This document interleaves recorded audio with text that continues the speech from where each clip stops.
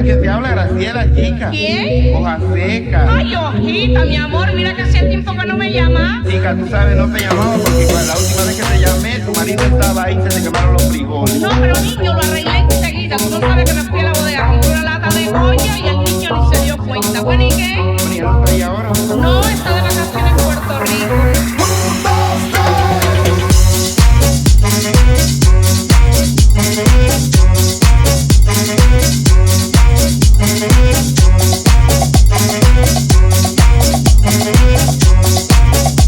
Está de vacaciones en Puerto Rico.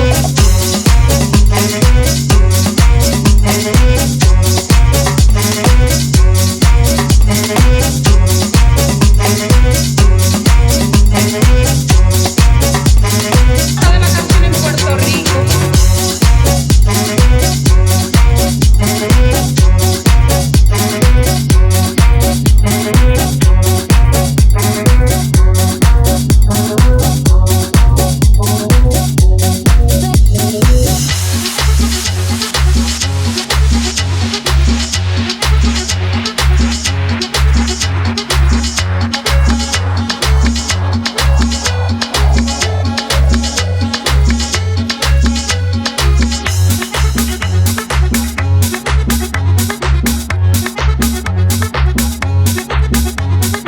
Puerto Rico, Puerto Rico, Puerto Rico, Puerto Rico, Puerto Rico.